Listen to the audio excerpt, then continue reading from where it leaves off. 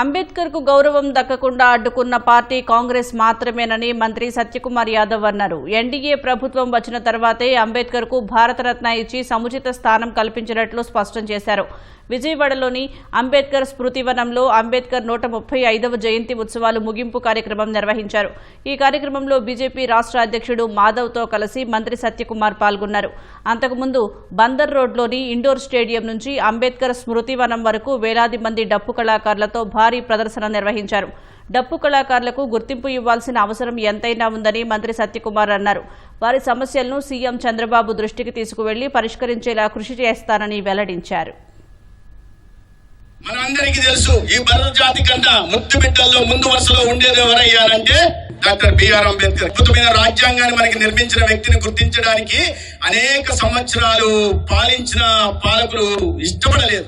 కానీ doctor BR Ambedkar గారికి ఎప్పుడైనా ఆయన గౌరవం కల్పించింది ఎవరయ్యారంటే 1989లో ఈ దేశంలో భారతీయ జనతా పార్టీ ఆధ్వర్యంలో, అప్పటి తెలుగుదేశం పార్టీ ఆధ్వర్యంలో కేంద్ర ప్రభుత్వంలో మొత్తం కాంగ్రెస్ ప్రత్యామ్నాయ ప్రభుత్వం ఏర్పడితే అప్పుడు కానీ డాక్టర్ బిఆర్ అంబేద్కర్ గారికి 1990లో భారతరత్న రాలేదంటే ఈ దేశంని పాలించిన పార్టీలు సిగ్గుపడాలా వద్దా?